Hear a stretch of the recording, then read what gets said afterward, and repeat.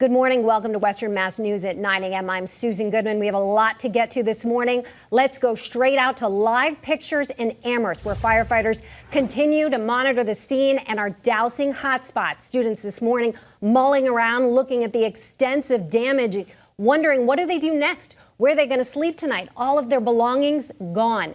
We did speak with students just moments ago, and they are telling us they're still waiting on any word from UMass officials. There you are looking live. They are still using those hoses, trying. You see that smoke. There are definitely still hot spots. Let's now take a look at video that we shot last night.